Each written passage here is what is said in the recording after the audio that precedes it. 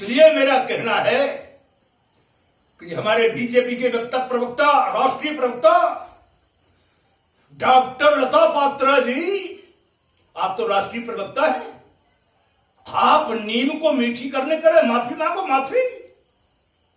जिनके दो दो दूत, एक डूबा सिंह और एक कांसनाथ, जाकर के सामिया बाग में अपना दस्तखत देते हैं, और एक कजरिया का मंत्री, हम तुम्हारे साथ हैं, जो मकरज से जुड़े हुए तार हैं।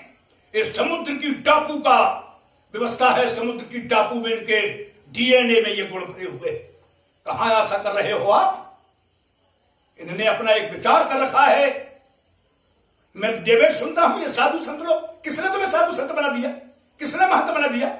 माफी मांगिए, बहुत गड़बड़ हो गया, मेरे दो साधुओं की हत्या हो गई, अरे अभी एक ड्राइवर मर गया, अरे अभी तो 2-3 हैं, 3 टिकट महाविकट, अभी तो नंबर लगा हुआ है। मेरे साधु संतों, जरा विचार करके देखिए, हमारी जो भारत भूमि की बितावत और फिजा बिगाड़ने के लिए पहले हमारे शास्त्रों लेखों के ऊपर भी तो देखिए। आप लोग पढ़े ना हो तो आंगनबाड़ी में जाकर के पढ़िए, रामायण की चौपाई है कि समुद्र के टापू वाले ने, पड़ोसी ने एक मीटिंग बुलाई, मीटिंग में प्रस्ताव पारित किया कि हमें हिंदुस्तान की फिजा कैसे मिटाना है, कैसे बलहीन होंगे, कैसे ये बात करेगी कि बात नहीं झुकने दूंगा, बात नहीं मिटने दूंगा, बात नहीं टिकने दूंगा, जो छेड़ेगा मैं छोड़ूंगा नहीं, इस बात को कैसे काटी जाएगी।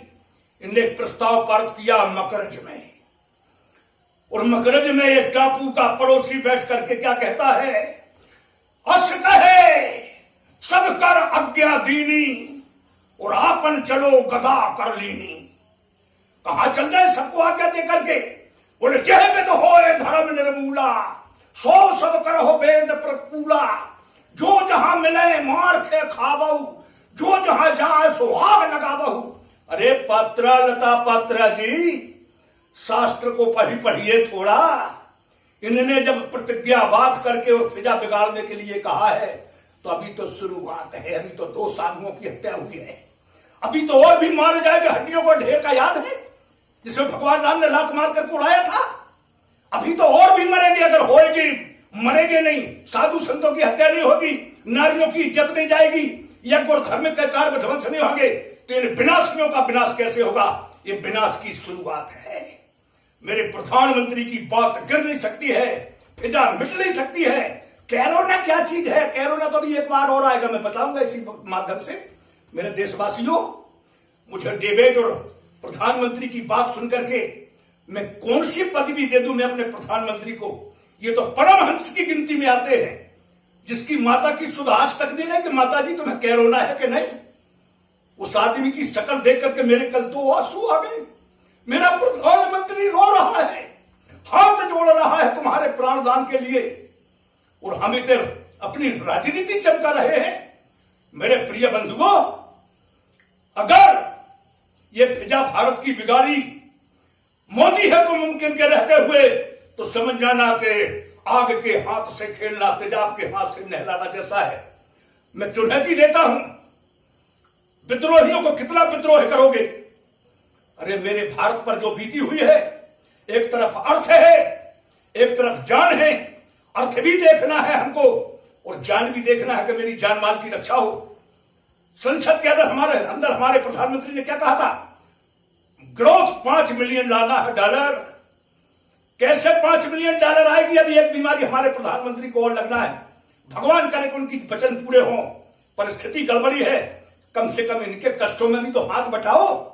जो वहां भी वार करेंगे संसद के भीतर 5 मिलियन डॉलर के लिए, परंतु 5 मिलियन डॉलर नहीं आएगा तो अपनी बात भले प्रधानमंत्री कर देंगे, परंतु जनता की जान नहीं जाने देंगे। मेरे प्रिय बंधुओं, और अगर आप में दम है संत महात्माओं, लता पात्रों, तो मैं आज घोषणा करता हूं, इस गरीब आश्रम से कन्याओं का भोजन कराता हूं, विवाह कराता हूं। मैंने चंदा मांग करके 51,000 रुपए की राशि रखी है।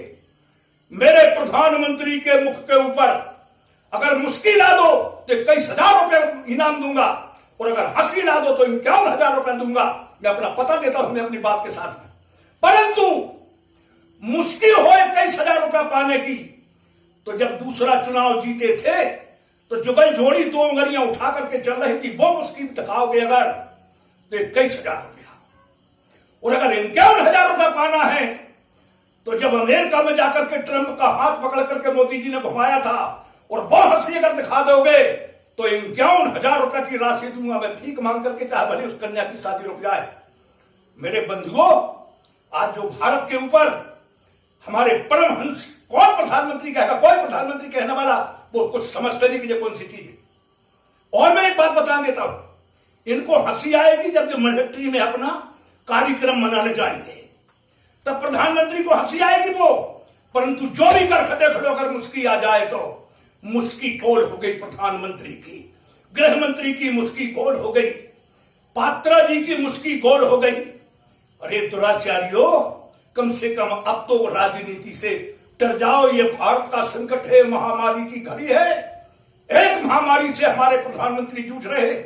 एक आदमी के घर का आटा खत्म हो जाए, नमक खत्म हो जाए, तो जब तक बाजार नहीं आएगा, जब तक बिजली नहीं आएगी, जब तक वो पिस नहीं सकता। झटका चुल्लू भर पानी में डूब करके मर जाओ। कि दिल्ली से और गांव तक उस परिवार को 1 घंटे के अंदर भोजन नसीब, गुड़ के लड्डू गर्भवती स्त्री के लिए जबलपुर के कलेक्टर ने भेजे। धिक्कार है अगर इसके ऊपर सियासत करते हो तो तुमको मानुष कहने का, तुम्हें मानव युवानी में रहने का धर्म नहीं है। इस समय हम किस स्थिति से जूझ रहे हैं, कंधे से कंधा मिलाओ। मेरी एक कर्मठ प्रार्थना और है, अगर कोई गलती भूल हो जाए सामान पहुंचने में तो अपना परिवार समझो कि जैसे नमक खत्म हो जाएगा तो बाजार से ही आएगा। मेरे प्रिय बंधुओं, कमी तो नहीं होगी। हमारे शिवराज सिंह चौहान कह रहे कि मैं भले कमजोर हूं, गरीब हूं, परंतु किसान को, गरीबों को, विधवाओं को, कन्याओं को गरीब नहीं होने दूंगा, कष्ट नहीं झेलने दूंगा, चाहे मुझे कर्ज लेना पड़े। अरे डीएनए वाले, क्या कह दूं, कम से कम शर्म खाओ, शर्म को भी शर्म लगेगी। तो इसलिए मेरी कर्मठ प्रार्थना है मेरे भारतवासियों, कि इस संकट की घड़ी में अगर फिर बढ़ाने का मौका आ जाए तो प्रधानमंत्री का 56 इंच का सीना तो मेरा 72 का, अब की बार 82 का लगा देना। भोजन तो वो दे रहे हैं, तुम्हें घर में बैठने में तकलीफ क्यों हो रही है? और अगर कोई कष्ट हो तो मेरे क्षेत्र में अगर कोई कष्ट हो तो मैं अपना भोजन थाली परसी पथराई आपको दे दूंगा, परंतु तितलियां न निकालिए, कष्ट को झेलिए।